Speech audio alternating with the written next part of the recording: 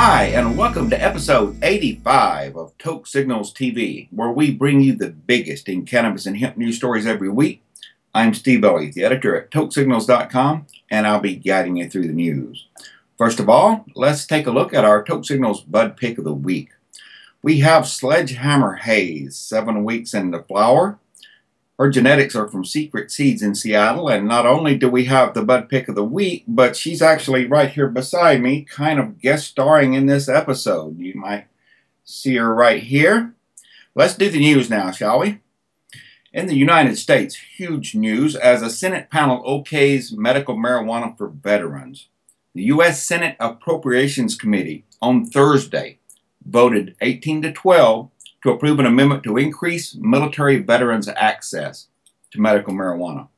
This amendment was sponsored by Senator Steve Daines, a Republican from Montana, and Jeff Merkley, a Democrat from Oregon, to the must-pass Senate version of the Military Construction, Veterans Affairs, and Related Agencies Appropriations Act.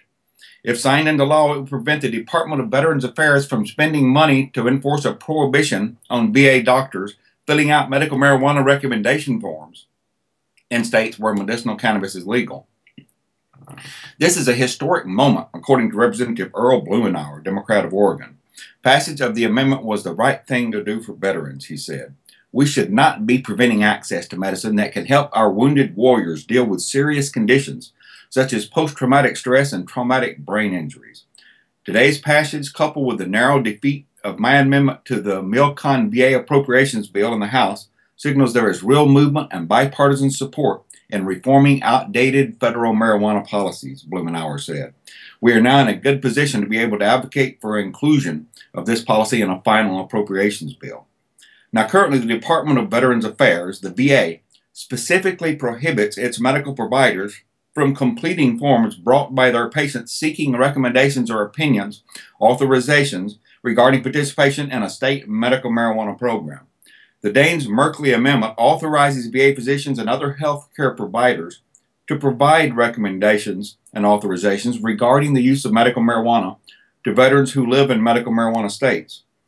The House narrowly defeated an identical amendment introduced by Representative Blumenauer late last month by a vote of 213 to 210.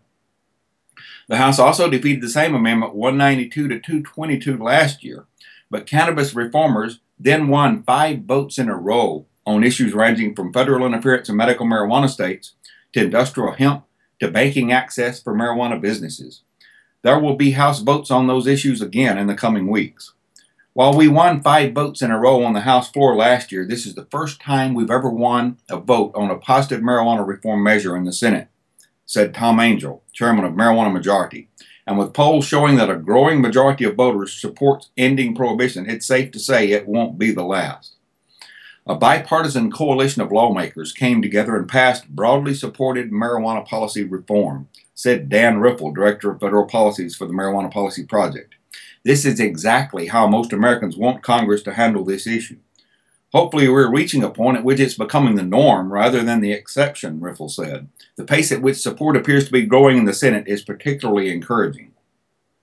Doctors should never be prohibited from helping their patients obtain the best possible medical treatment, Riffle said.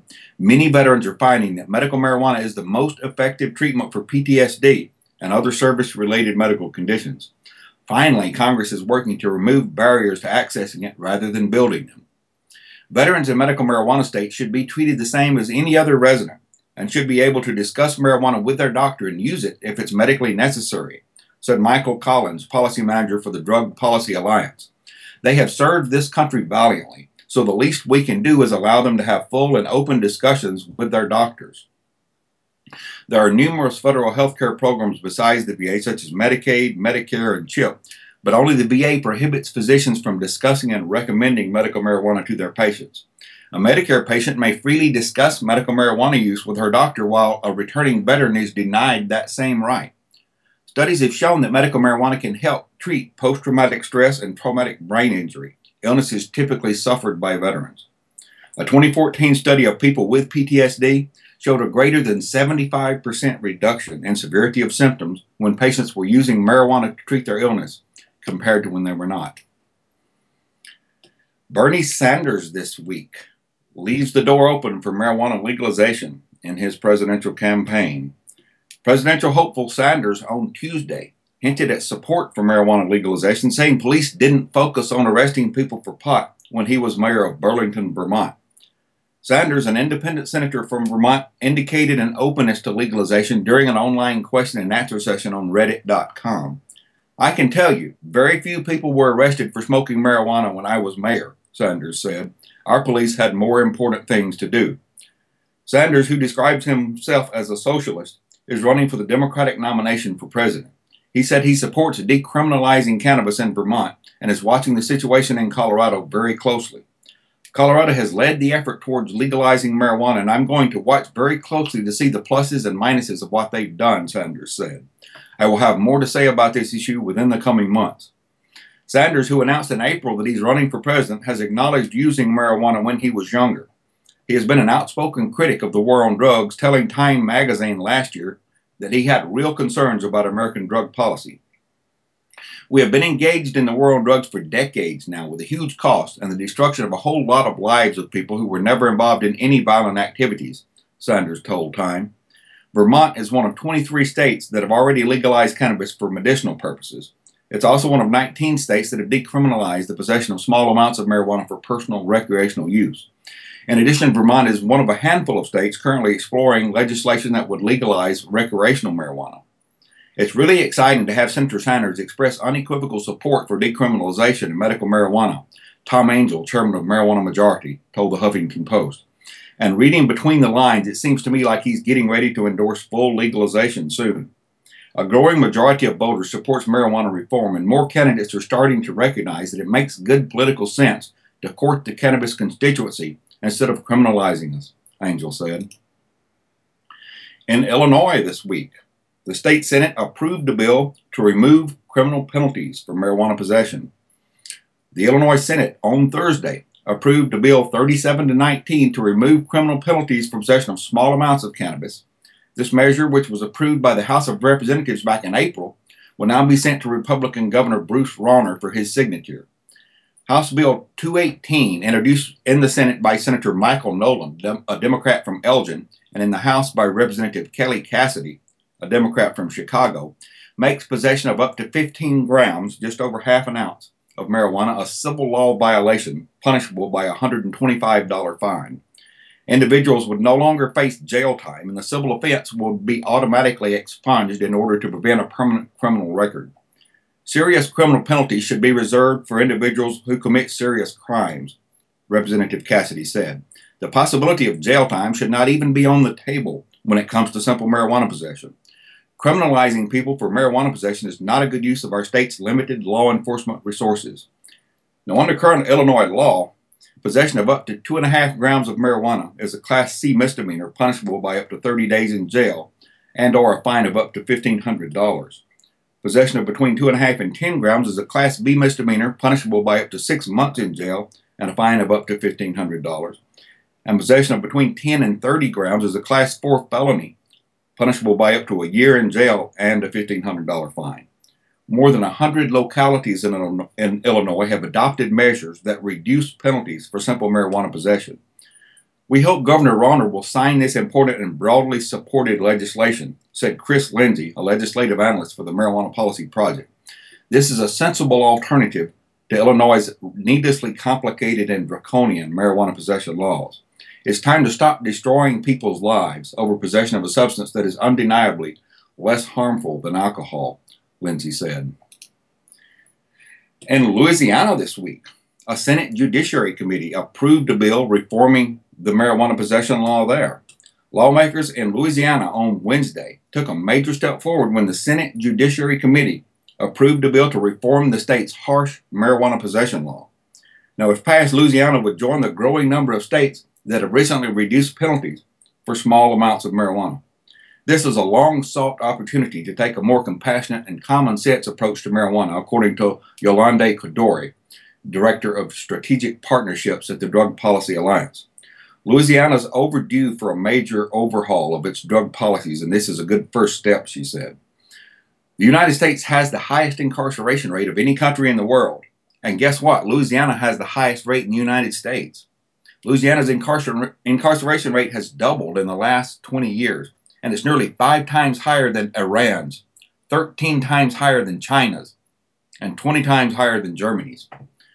One of the key drivers of Louisiana's world-leading incarceration rate is the war on drugs. 18,000 Louisiana residents are arrested for drug law violations every year. According to a 2013 report by the American Civil Liberties Union, Louisiana suffers from some of the worst racial disparities in marijuana enforcement of any state in the U.S. Black Louisianans are arrested for marijuana possession at 3 times the rate as their white counterparts, despite the fact that black and white people use and sell marijuana at similar rates. One tragic case in Louisiana is that of Bernard Noble, a father of 7, who is serving 13 years behind bars after he was arrested for possessing 2 joints of marijuana. Noble had 2 prior minor drug offenses more than 10 years earlier, and because of Louisiana's habitual offender law, the 3rd strike gave him a mandatory sentence of 13 years at hard labor behind bars. The opportunity for redemption is to be applauded and signals that a run-in with the law shouldn't be a burden one carries her entire life, said G. Park, Deputy Chief Defender at Orleans Public Defenders. Criminal penalties and the social and economic barriers they create are major hurdles for many families in Louisiana and need to be removed. Now, according to a 2014 survey conducted by the ACLU, the majority of Louisianans are in favor of marijuana sentencing reform. It's outrageous to punish marijuana possession so severely when a clear majority of Louisiana voters support reducing criminal penalties for it. Now, according to Godore, it's a relief to see that smart policymakers are starting to recognize this potential reality. In Oregon this week, a court ruled that Portland police pulling U.S. mail for a dog sniff test is unlawful. Portland police and a U.S. postal inspector had no legal authority to intercept a package headed to a Portland home just because they suspected it contained contraband and a police dog later alerted to it, the Oregon Court of Appeals ruled on Wednesday. This ruling will likely put an end to the long-standing practice of having a postal inspector and 2 cops pull aside and examine express mail packages at Portland International Airport's Postal Cargo Center without obtaining search warrants. It's the first time an Oregon appeals court has ruled on this issue, according to Stephen Howes, the Portland defense attorney representing defendant Max Barnthouse. Barnthouse, then 26 years old, was arrested in April 2012 after cops pulled a package for mail that had been headed to his home.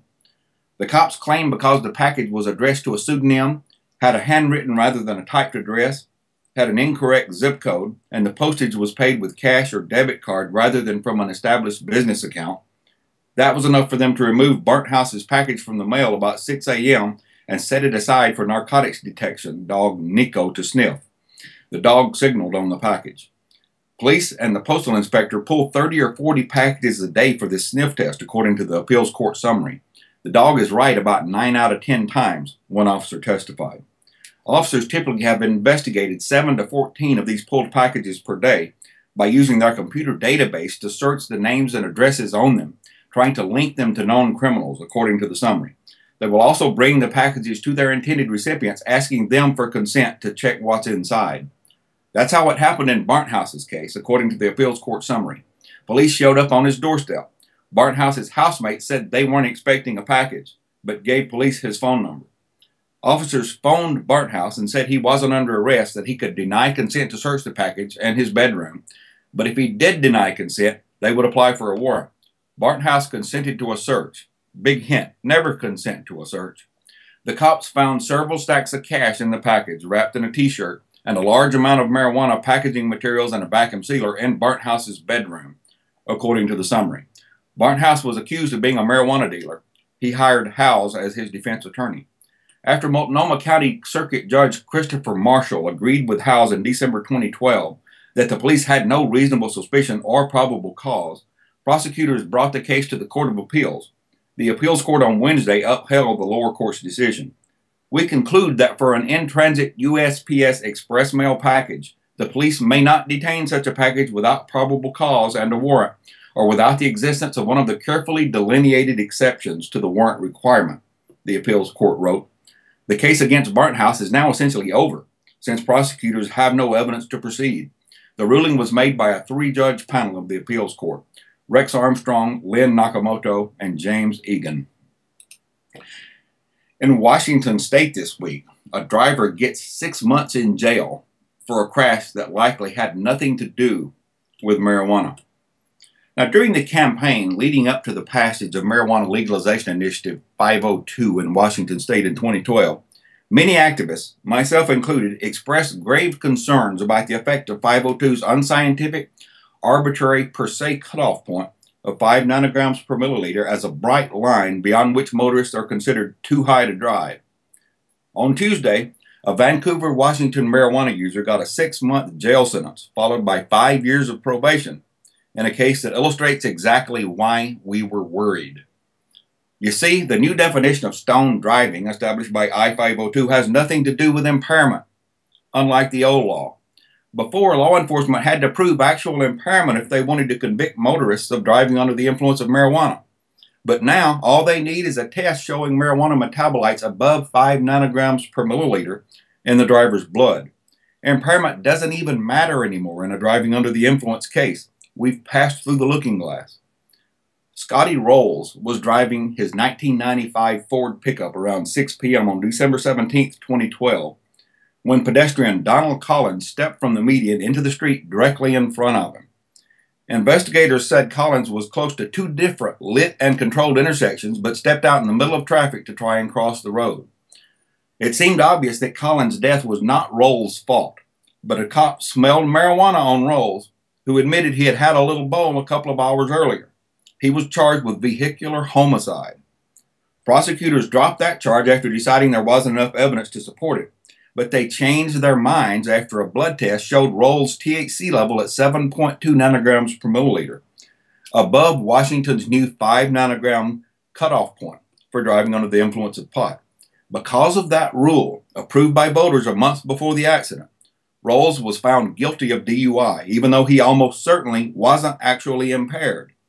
Regular marijuana smokers, especially medical cannabis patients, tend to test above 5 nanograms per milliliter all the time, meaning they can never legally drive, whether or not they are impaired.